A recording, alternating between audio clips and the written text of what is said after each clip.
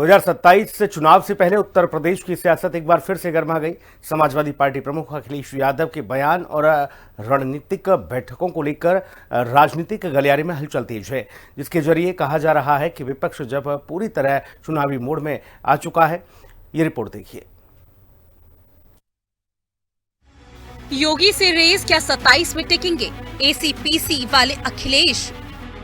UP में भी हिंदू केंद्र बिंदु, अखिलेश की दौड़ हुई शुरू। लोकतंत्र चोरी, वोट की डकैती। अखिलेश यादव ने 2027 के विधानसभा चुनाव से पहले नई डिक्शनरी तैयार कर ली है। इसमें वही सब है जो ममता ने कोलकाता से कहा, अब वही अखिलेश भी कह रहे हैं। बंगाल में ममता दीदी चुनाव हारी तो यूपी में अखिलेश यादव को हार दिखने लगी। बंगाल विजय के बाद बीजेपी का अगला टारगेट है यूपी, जहां सीएम योगी आदित्यनाथ हैं। बंगाल में तो बीजेपी को अपना बेस बनाना था, सनातनियों को एकजुट करना था, लेकिन यूपी में बेस भी तैयार है, सनातनी भी एकजुट हैं। और यही सोचकर अखिलेश यादव कह रहे हैं, पंडित जी हिसाब से चलूंगा, वो कहेंगे तो बाल कटवा लूंगा। इसलिए जो हमारे पंडित जी बोलेंगे, बाल कटाना तो बाल कटाएंगे, बाल बढ़ाना तो बाल बढ़ाएंगे।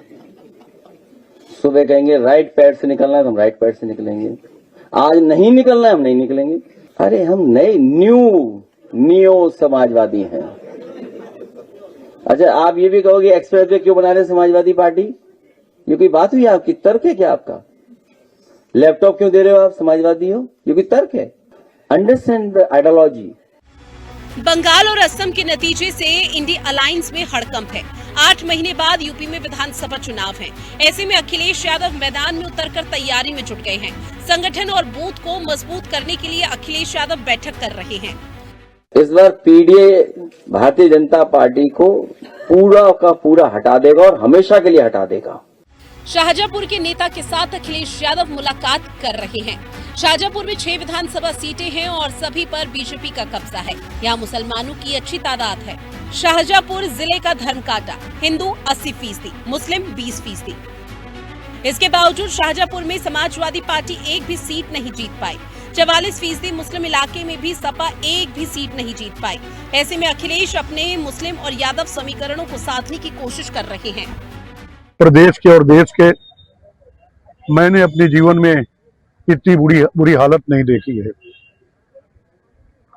महंगाई आसमान पे है, गैस सिलेंडर के क्या हाल हैं, 2-3 दिन में पेट्रोल और डीजल के रेट बढ़ने वाले हैं, बेरोजगारी मुंह बाए खड़ी है, किसानों की हालत बहुत बुरी है।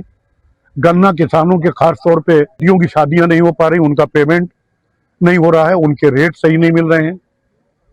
और जो गन्ना एक्ट है, मैं गन्ना मंत्री रहा तो गन्ना एक्ट के अनुसार अगर देर से भुगतान किया जा रहा है तो उनका ब्याज भी नहीं दिया जा रहा है। एक तो इतना कम रेट लगाए गए हैं कि गन्ने की लागत भी नहीं निकल रही है।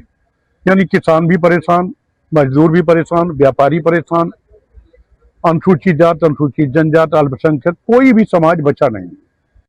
अखिलेश यादव को समझ में आ चुका है कि सिर्फ 20% मुसलमानों के भरोसे सरकार नहीं बनने वाली है।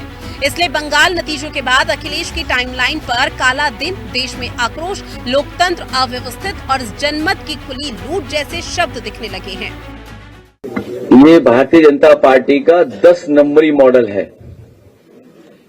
10 नंबरी मॉडल।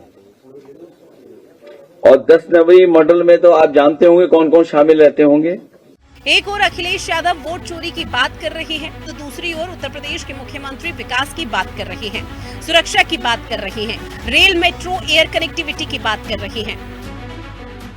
आज मुझे प्रसन्नता है, देश के अंदर सबसे ज्यादा एमएसएमई, सूक्ष्म लघु मध्यम उद्यम आज के दिन पे हमारे पास है, यूपी के पास है। 96 लाख, 3 करोड़ से अधिक लोग आज के दिन पे उनमें काम कर रहे हैं, 3 करोड़ से अधिक।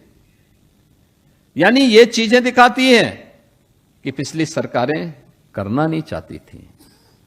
तो वहीं दूसरी ओर यूपी सरकार के कैबिनेट मंत्री ओम प्रकाश राजभर अखिलेश यादव पर लगातार हमलावर हैं।